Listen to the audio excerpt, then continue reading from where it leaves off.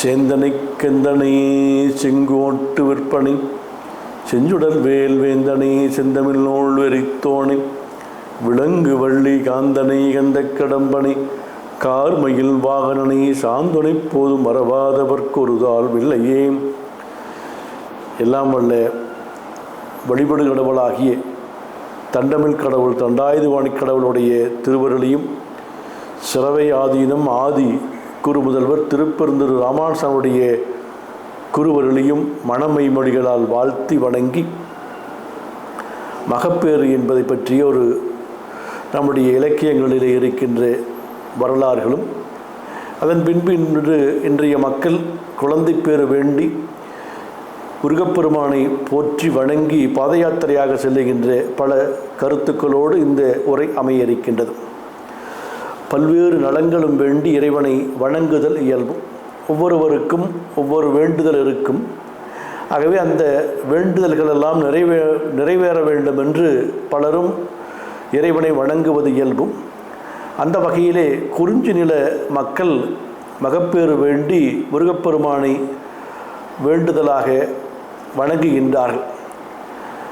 நம்முடைய கண்ணப்ப நாயனாருடைய தந்தையாரும் நாகன் முருகப்பெருமானை வேண்டி தோன்றியவராக இருப்பவர் கண்ணப்ப நாயனார் என்பது நமக்கு பெரிய புராணத்திலே ஒரு வரலாற்று நிகழ்வாக இருக்கின்றது. ஆகவே அந்த மலையும் மலை சார்ந்திருக்கின்ற நிலம் குறிஞ்சி நிலம். குறிஞ்சி நிலத்தில் இருக்கின்றவர்கள் வேடுவர்களாக இருக்கின்றார்கள், குறவர்களாக இருக்கின்றார்கள். அவர்கள் முருகப்பெருமானை நினைந்து வழிபாடு செய்து குழந்தை பேறு பெற்றார்கள் என்று நமக்கு சங்க இலக்கியங்கள் எல்லாம் கூறுகின்றது.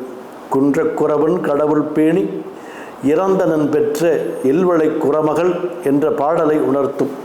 அந்த பாடல் வாயிலாக நாம் உணர்வது அவரெல்லாம் முருகப்பெருமானை வேண்டுகின்றார்கள், குழந்தை பேர் இல்லை என்று. ஆகவே முருகனுடைய அந்த திருவருளாலே அவர்களுக்கு நல்ல குழந்தை பேரெல்லாம் கிடைக்கின்றது. இன்றைய காலகட்டத்திலே நம்முடைய மக்கள் என்ன செய்கின்றார்கள்? விரதங்களை மேற்கொண்டு தை மாதத்திலே தைப்பூசத்திற்கோ அதன் பின்பு பங்குனி உத்தரத்திற்கோ பழனிக்கு இந்த பகுதியிலே எடுத்துக்கொண்டால் கோவை பகுதி, நீலகிரி, ஈரோடு, திருப்பூர் போன்ற சங்ககிரி போன்ற பகுதிகளிலே இருக்கின்ற மக்கள் விரதங்களை மேற்கொண்டு தைப்பூசத்திற்கும் பங்குனி உத்தரத்திற்கும் செல்கின்றார்கள்.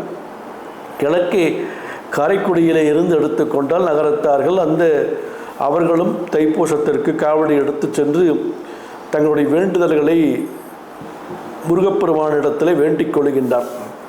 அந்த வகையிலே பலரும் இன்று நேற்றல்ல நூற்றுக்கணக்கான ஆண்டுகளாக முருகப்பெருமானுக்கு காவடி செலுத்துவதை, பால்குடங்களை எடுப்பதை, புனித நீர்களை எல்லாம் காவிரியில் எடுத்து சென்று முருகப்பெருமானுக்கு காட்டி வழிபாடு செய்வதை ஒரு மரபாகவே தொன்று தொட்டு கொண்டாடி வருகின்றார். இப்படி அவர்களுடைய வேண்டுதலை முருகப்பெருமான் ஏற்று அவர்களுக்கு வேண்டிய வரத்தை வழங்கியதாக நமக்கு பெரியவர்கள் சொல்லி இருக்கின்றார்கள். அதனுடைய அனுபவத்தை பெற்றவர்கள் நமக்கு சொல்லி இருக்கின்றார்.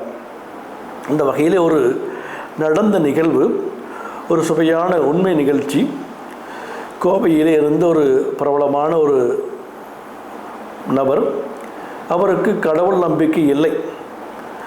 ஆனால் அவருடைய மனைவிக்கு முருகப்பெருமான் மீது அல்லது கடவுள் மீது அளவில்லாத பற்றுடையவளாக இருக்கின்றார்கள். அவர்களுக்கு 2 பெண் குழந்தைகள் இருக்கின்றது. ஆண் மகவு வேண்டும் என்று அவர் வேண்டுகின்ற பொழுது, முருகப்பெருமானை வேண்டிக் கொள்ளுங்கள், உங்களுக்கு பழனிக்கு சென்று அல்லது படைவீடுகளுக்கு சென்று முடி காணிக்கையாக குழந்தை பிறந்தால் செலுத்துவதும் என்று வேண்டிக் கொள்ளுங்கள் என்று சொன்ன பொழுதும் அவரும் வேண்டா வெறுப்பாக முருகப்பெருமானை வேண்டிக் கொள்கின்றார்கள். அவர்களுக்கு அழகான ஆண் குழந்தை பிறக்கின்றது. அதன் பின்பு அந்த குழந்தையை எடுத்து சென்று ஒரு குறிப்பிட்ட வயதிற்கு பின்பு 6 கோயில்களுக்கும் சிறிது சிறிது முடிகளை எல்லாம் காணிக்கையாக செலுத்தினார் என்று அவரே தன்னுடைய ஒரு நிகழ்விலே, நம்முடைய முருக பக்தருடைய நிகழ்விலே அவரே குறிப்பிட்டார். அவர் ஒரு அருகிலே இருக்கின்ற படைவீட்டு முருகப்பெருமானுடைய திருக்கோயிலுக்கு ஒவ்வொரு முறை வருவார். உள்ளே வருகின்ற பொழுது அவருக்கு ஏதாவது தொலைபேசி அழைப்பு வரும், அவர் அங்கே இருந்து சென்று விடுவார். இப்படி பல முறை அவர் அந்த திருக்கோயிலுக்கு வர வேண்டும் என்று நினைத்த பொழுதும் அவரால் வர முடியவில்லை. ஒரு முறை நம்முடைய மலர்காவடி விழா அந்த திருக்கோயிலிலே நடைபெற்றது. அப்பொழுது அழைத்த பொழுது பார்க்கலாம் என்று சொல்லியிருந்தால் அந்த நிகழ்வுக்கு வந்தார். வந்த பொழுது உங்களுடைய ஒரு வாழ்த்துறையை தெரிவிக்க என்று சொன்ன பொழுது அவரே இந்த செய்தியை சொன்னார். எனக்கு நம்பிக்கை இல்லை, இருந்தாலும் கூட முருகனிடத்திலே எனக்கு அளவில்லாத ஈடுபாடு என்னுடைய மனைவி கொண்டு அந்த நம்பிக்கையோடு நானும் மனதிலே ஒரு சிறிதளவு ஒரு எண்ணம் என்னுடைய உள்ளத்திலே இருந்தது. வேண்டிக் கொண்டேன். அதன் வகையிலே எனக்கு அந்த குழந்தை பேர் கிடைத்தது. ஆகவே என்னுடைய குழந்தையை எடுத்து சென்று ஒவ்வொரு படை வீட்டிலேயும் சிறிது முடிக்காணிக்கையாக செலுத்தினேன் என்று சொல்லி அவரே உரையாற்றினார். ஆகவே இறை நம்பிக்கையற்றவர்களுக்கும் முருகப்பெருமான் அருள் பாலித்து அவருக்கு வேண்டிய வரத்தை கொடுக்கின்றார் என்ற செய்தி இந்த நிகழ்வு வாயிலாக அவரே அந்த மேடையிலே சொன்ன ஒரு கருத்தாக அமைந்தது. ஆகவே முருகப்பெருமான் வேண்டுவார்க்கு வேண்டுவது ஈவான் கண்டாய் என்று சொல்வது போல வேண்டியவருக்கெல்லாம் வேண்டிய நல்லருள் இகபர சௌபாக்கியம் அருள்வாய் என்று அருணாத பெருமான் போற்றுவார். ஆகவே இகபர சௌபாக்கியத்தை எல்லாம் அருளுகின்ற பெருமானாக முருகப்பெருமான் நமக்கு வேண்டியதை கொடுப்பார்.